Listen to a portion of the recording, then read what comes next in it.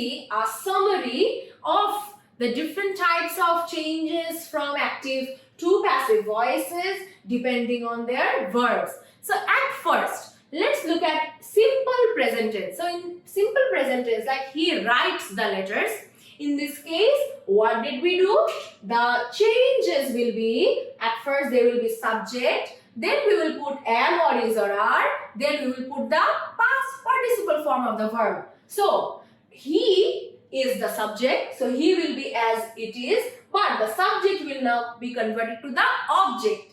And the letters was the object before, and now the object has been converted to the subject. So we will be putting the object, which is the letters, in the beginning, and we will be putting the subject, which is he, in the ending of the sentence. Then the verb is writes. So in the case of the simple present tense, in the case of writes, we will be putting am or is or are in the beginning, and then be putting the past participle form of the verb writes, which is written. As a result, the entire sentence is as follows. The letters are written by him. Secondly, we see he wrote the letter. So in this case, we are putting a simple past tense as an example, where the object is letters. So the letters will now be starting with the sentence. Then we will be ending the sentences with the object being him, by him. And in the case of wrote, we will be starting it with what? Was or were, as it is in the past form. And then we will be putting the present past participle form. So, were written. Then, he is writing the letters. Subject, then am or is or are, then verb with ing, then the object and the extension. So, when we convert it, we see here the subject, which is he, has now been converted to the object, and the object will be the subject, as we have already mentioned. We are actually saying is or are, and then we have put an additional word, which is being. So in the case of a passive form, if there is a continuous tense, we will be putting an additional word, which is what? Which is being. And then, as usual, we will be putting the past participle form, which is written. Then he was writing the letters. Once again, the entire structure will be the same, but in the case of the auxiliary verbs am or is or are, now we will be putting the past form, which is were. So the letters were being. So once again, there is being. Why? Because it's in the continuous form, right?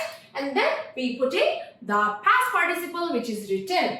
We will actually be doing more examples by the end of this video, okay?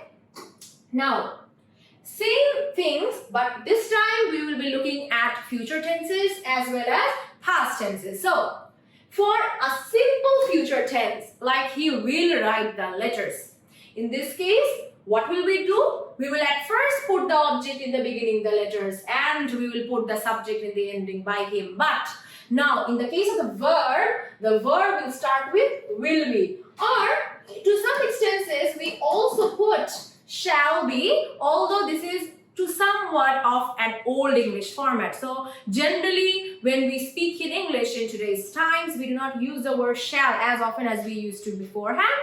However, this still can be used in the same manner. So we will be putting will be, and then we'll put the verb in its past participle form, as you see here. So it will be the letters will be written by him.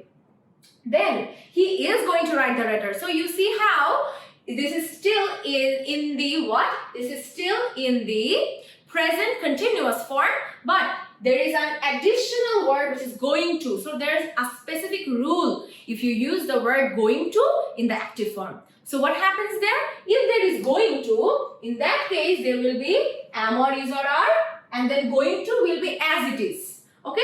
So going to will be as it is, going to, but in the beginning of the verb which is going to, we will be putting the verb according to the subject. So because now we see here letters is plural, as a result definitely it will need a plural verb. As a result, we cannot put am or is here, we have put are here. Okay? Next we see he has written the letter. So what is this? This is the sentence in its present perfect tense. So we will be putting, in the case of a has, we can either put have or has, and now for perfect tenses we are putting an additional word been. So far we have learned that if there is a continuous tense, we will be putting being in the passive form. But if it's a perfect tense, we will be putting been in the passive form, right? And then we will say the letters have been written by him. Why is there have? Because the original subject here, the letters, is actually a plural subject. He had written the letters. This is the past perfect tense. So in the past perfect tense, the word had will be as it is, had. But because it's a perfect form, for this reason, in the case of the passive form, we will put an additional word which is been. As a result, the sentence is the letters had been written by him.